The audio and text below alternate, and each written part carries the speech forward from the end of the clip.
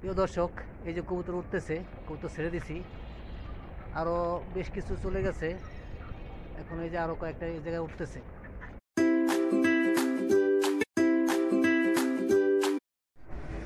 আসসালামু আলাইকুম প্রিয় দর্শক, কেমন আছেন? আশা করি সবাই ভালো আছেন। আর একটি নতুন ভিডিওতে আপনাদের স্বাগত। প্রিয় দর্শক প্রিয় দর্শক এই প্রচণ্ড গরমের মধ্যে আমি কবুতর পাল্লা দিলাম। তো আমি আসলে এক্সপেরিমেন্ট করতে চাইছি যে আমরা তো সবসময় শীতে কবুতর পাল্লা দিই, বিশেষ করে আমরা যারা ঢাকার কবুতর পালক, তো সাধারণত এই শীতের মধ্যে পাল্লা করে থাকি।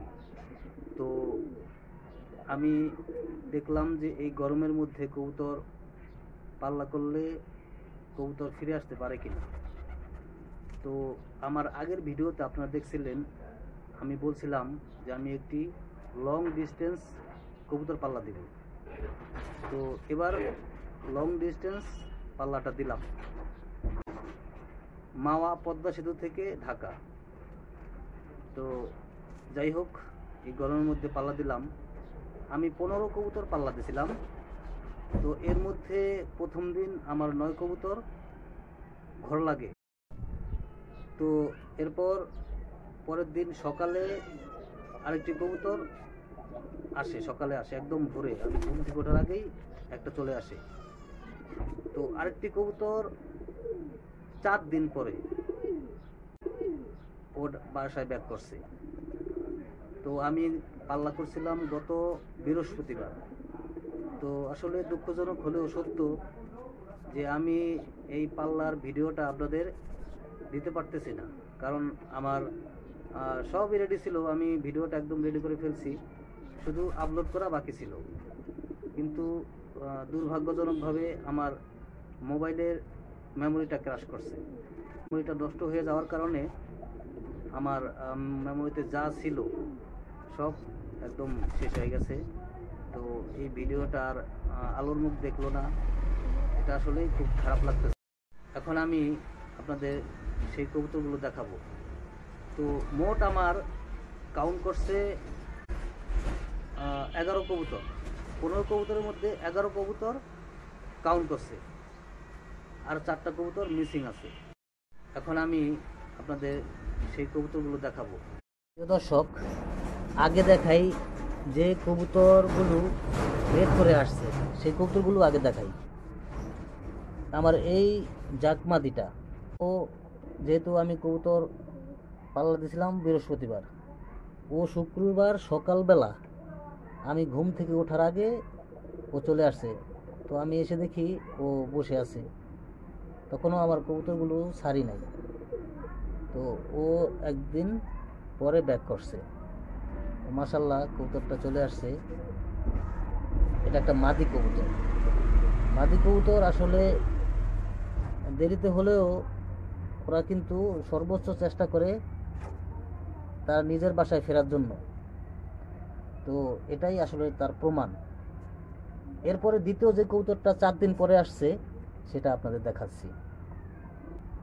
প্রিয় দর্শক, এই হলো দ্বিতীয় কবুতরটা। এই হলো দ্বিতীয় কবুতরটা।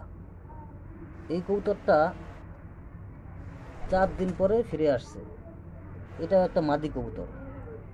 এটা আমার মিলি গ্রিজেল 1-এর সাথে জোড়া ছিল।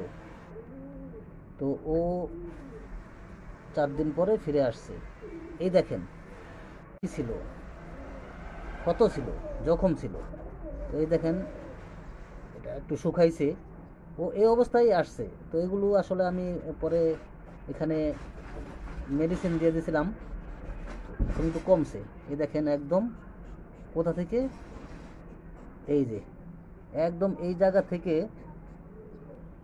ওর আক্রমণটা, এই যে দেখেন পুরা, এই দেখেন এই জায়গা থেকে পশম নেই। এই দেখেন এই জায়গা বড় একটা আক্রমণ, সে কালো হয়ে গেছে। এই দেখেন কালো হয়ে গেছে এই জায়গাটা, এই জায়গাটা একদম কালো হয়ে গেছে। আমার মনে হয় ও বাস টাচের শিকার হয়েছিল, কিন্তু যাই হোক ও বেঁচে ফিরে আসতে পারছে। এই দেখেন। তো এই কবুতরটা 4 দিন পরে ফিরে আসছে। এটাও একটা মাদি কবুতর। প্রিয় দর্শক, এই হলো আমার আরেকটি কবুতর পাল্লা থেকে ফিরে আসার। এটা প্রথম দিনেই ফিরে আসছে। ও মাখরা চোখের কবুতর। এটাও আমার জিরাগলা কবুতরের বাচ্চা। ওর মা মাখরা ছিল, ও মাখরা চোখের কবুতর। তো ও কবুতরটা সাইজে অনেক ছোট একটা কবুতর। এটাও একটা মাদি কবুতর।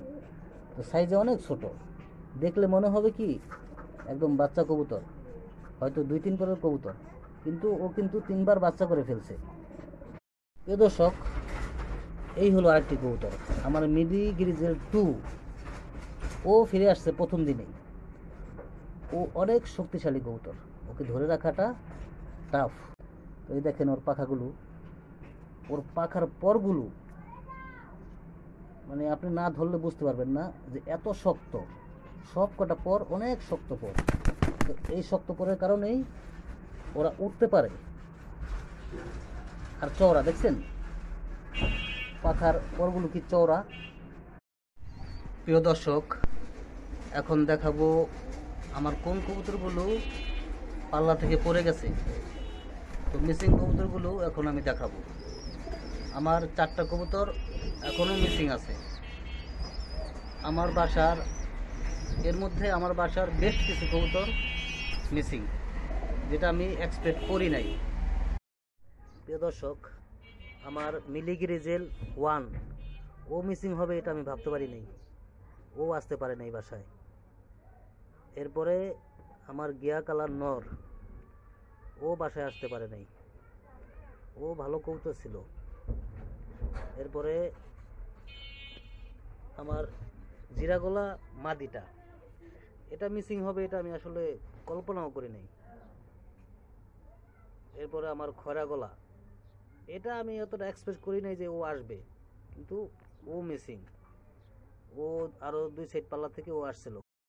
প্রিয় দর্শক, যারা আমার চ্যানেলটি সাবস্ক্রাইব করেননি, চ্যানেলটি সাবস্ক্রাইব করুন এবং পাশে থাকা বেল আইকনটি অন করে দিন সবার আগে আপডেট ভিডিও পেতে।